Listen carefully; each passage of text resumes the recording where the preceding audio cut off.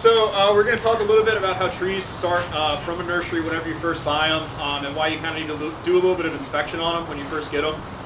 Trees have an important structure called the root flare. I tell people it's kind of like the throat of the tree. And I was actually admiring all your trees around here have really awesome exposed root flares.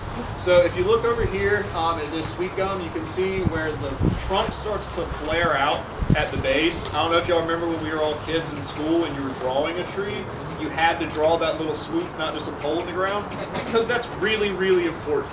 That's where all of the roots are slowly transitioning into trunk and where all of the exchanging of nutrients is happening.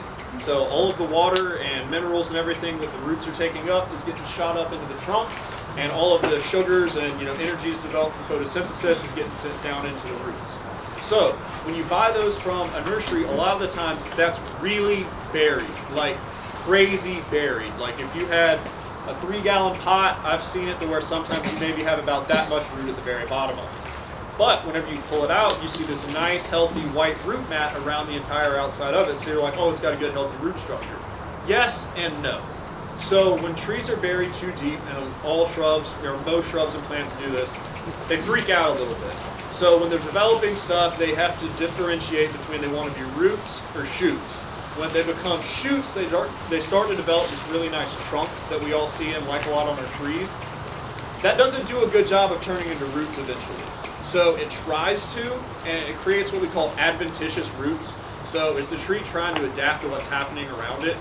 They're really bad at taking up water. Really, really, really bad. I wish I had one of my, kind of worst looking trees I brought with me. I'd beat it up real bad in front of you, but I forgot it today. But what I usually recommend to people is if you're feeling comfortable with your tree and you know you're going to be giving it a lot of maintenance, taking the time to be able to knock all of the soil off, look down to where that root flare is, and then actually trim off all of the roots that are above that, because those are never going to be very effective, and the root material that you have is going to freak out whenever all that other stuff is gone and go into like crazy root production. I've done that for a few trees up in my mom's house. They responded crazy well. They take a little bit of TLC in the beginning just to make sure they don't blow over, because they're not going as deep in the ground. Because they're kind of shallower up on top of the soil, I mean literally just like roughing up the top 2-3 inches of the soil and then covering it back is what I've had to do sometimes. That is kind of aggressive for a lot of people. It's intimidating trying to figure out what the flare does look like on a small tree because it's not as pronounced. What I usually tell people is if you take your arm and then kind of flare your fingers out, it kind of looks like a wrist at the bottom of the tree. The rest of it is literally just going to be like branches coming off and then root material. It's the one part where it's actually spreading out at the bottom. Now, a lot of people ask me why don't nurseries do anything to prevent that? That would make all of our plants 10 times the cost that we currently have them at. So that's kind of why I have these talks, and I make sure to let people know it's important. Next time we have a big major rain event or hurricane, specifically a hurricane, drive around and look at trees that are snapped, not uprooted, snapped. You'll see a tree that it literally is just like a phone pole going in the ground and it's snapped in half. And that's because it never developed what are called buttress roots, and that's what a lot of that flare is. The big swollen parts out, it protects from wind and shifting. So if you have that pole, it's never developing that, and it's really weak. So if you don't feel like doing all of the major surgery on the root ball, I was at the Trees SC conference last week, and a professor, PhD student from University of Florida, was talking about some of the research they're doing on climate and how to adjust our landscapes for that. Something that they were talking about was during their experiments, they planted their trees in 3 different ways. They just took it straight out of the pot, slapped it in the ground.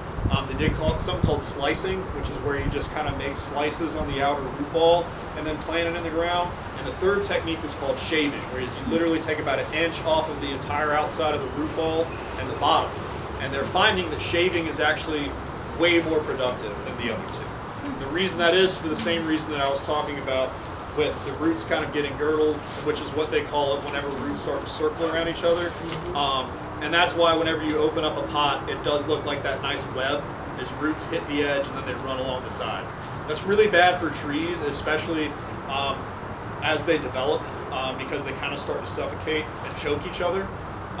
So if you're not keeping an eye out for, one, doing some sort of pruning at the very beginning to eliminate any of that girdling that's already happening, or exposing a little bit of the roots beforehand and kind of spreading them out as best you can, you're kind of running a likelihood of potentially getting, you know, some root girdling going on. That's going to not be a problem maybe 5, 10 years down the road, but it might be in 15, and then that sucks because you got to wait another 15 years for a tree to grow. And it's not going to be there in maybe 150 years, which is the way I try to think about it. So while we still got some sunlight, I'll go ahead and plant this guy for you real quick, and then we'll kind of come over here and talk about some more stuff.